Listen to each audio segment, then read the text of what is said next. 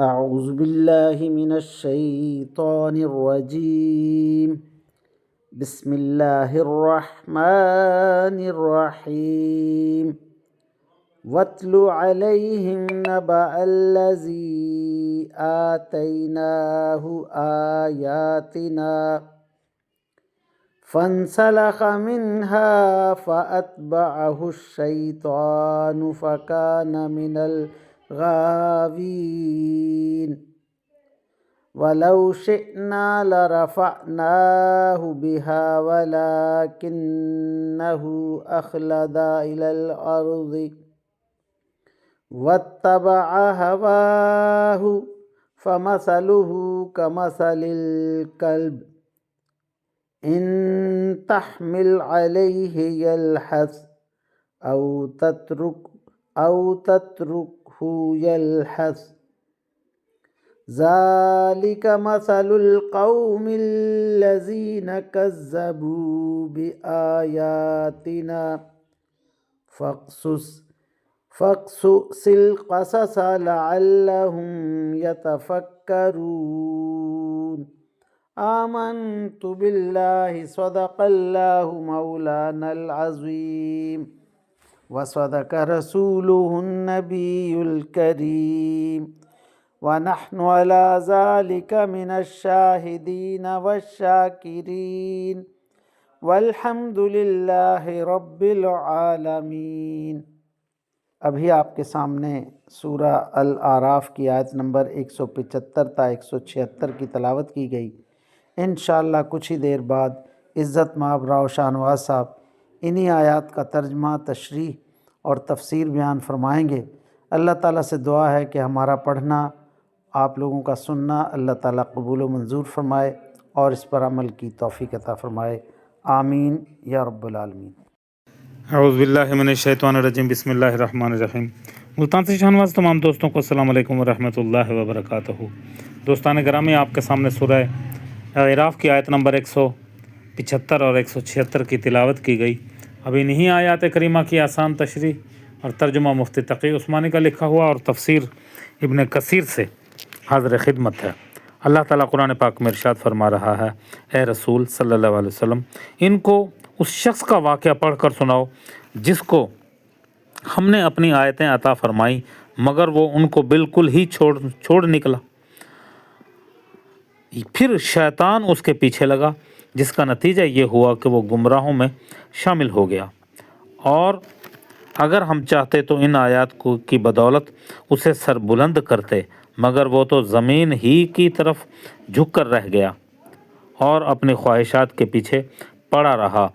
اس لیے اس کی مثال اس کتے کی سی ہو گئی کہ تم اس پر حملہ کرو تب بھی وہ زبان لٹکا کر ہانپنے لگا، اگر اسے اس کے حال پر چھوڑ دو تب بھی وہ اپنی زبان لٹکا کر ہی ہانپے گا۔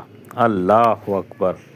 یہ ہے مثال ان لوگوں کی جنہوں نے ہماری آیات کو جھٹلایا، لہٰذا تم یہ واقعات ان کو سناتے رہو تاکہ وہ کچھ سوچیں۔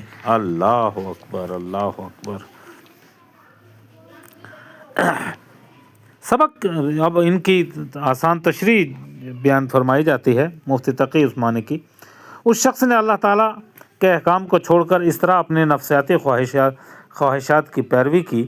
قرآن کریم نے جس شخص کا نام یہاں پر نہیں لیا لیکن اس شخص کا ذکر کیا ہے، جو قصہ اوپر بیان کیا گیا وہ بھی حضور علیہ الصلوۃ والسلام سے منقول نہیں ہے، اس لیے یقین کے ساتھ نہیں کہنا چاہیے۔ ان آیات میں وہی مراد ہے، تاہم قرآن کریم کا اصل مقصد اس شخص کا تعین کرنا ہے۔ سبق یہ دینا مقصود ہے کہ جس شخص کو اللہ تعالیٰ نے علم اور عبادت کا شرف سے نوازا اور دوسروں کے مقابلے میں زیادہ احتیاط اور تقوی سے کام اس کو لینا چاہیے۔ اگر ایسا شخص اللہ تعالیٰ کی آیات کی خلاف ورزی کر کے ناجائز خواہشات کے پیچھے پڑ جاتا ہے تو اس کا انجام دنیا اور آخرت میں برا ہوتا ہے۔ اللہ اکبر، اللہ اکبر۔ اب ان آیات کریمہ کی تفسیر ابن کثیر سے عنوان ہوتا ہے، طالب دنیا کا حال کتے جیسا ہے۔ بلعام کا ذکر قرآن کریم میں بھی ہوا ہے، ہم نے اس کی اس کو اپنی آیتیں یعنی کرامتیں بخشی تھی، لیکن وہ ان سے ہٹ گیا، یعنی ان سے وہ محروم رہا۔ اللہ تعالیٰ نے اس کو 3 دعاؤں کا حق دیا تھا کہ قبول ہوں گی۔ ایک عورت اور ایک لڑکا اس کا تھا۔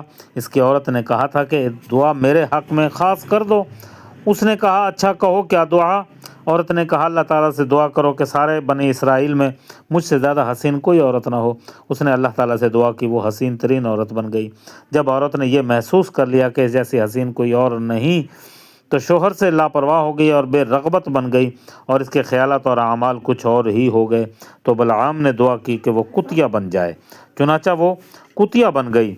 دعائیں ختم ہو گئی۔ اس کے لڑکے آ کر کہنے لگے کہ ہم نے تو نہیں دیکھا، ہم سے تو نہیں دیکھا جا سکتا، ہماری ماں کتیا بن گئی ہے، لوگ ہماری عار دلا رہے ہیں، دعا کرو کہ وہ اپنے سابقہ حال میں آ جائے۔ چنانچہ دعا کی اور وہ عورت جیسی پہلے جیسی عورت ویسی ہی بن گئی۔ اب تینوں دعائیں صرف ہو گئیں۔ یہ روایت غریب ہے، اس کا سبب نزول وہ مشہور ہے، وہ یہ ہے کہ بنی اسرائیل کے زمانے میں ایک شخص، وہ جبار بن یہود کے شرکا کا رہنے والا تھا، اسم اعظم کو جانتا تھا۔ کہا گیا ہے کہ اس کی دعا من جانب اللہ قبول ہوا کرتی تھی۔ اللہ اکبر۔ اور سبب سے عجیب بات یہ ہے کہ جو شخص اس کو کہتے کہ وہ نبی تھا، مگر اس کی نبوت چھین لی گئی۔ ابن جریر کا ایسا قول ہے، لیکن مطلقاً صحیح نہیں۔ ابن عباس کہتے ہیں کہ موسیٰ علیہ السلام جب شہر جبارین میں آئے تو بلعام کے پاس اس کے لوگ آئے تھے اور کہا کہ موسیٰ اب ایک مرد آہنی ہے، اس کے ساتھ بڑی فوج ہے، اگر وہ ہم پر غالب آ جائے تو ہم سب ہلاک ہو جائیں گے۔ اللہ تعالیٰ سے دعا کرو کہ موسیٰ علیہ السلام اپنے ساتھیوں کی مصیبت سے ہم کو دور ہو جائے۔ اس نے کہا اگر ایسی دعا کروں تو میرا دین اور دنیا دونوں تباہ ہو جائیں گی۔ اللہ اکبر۔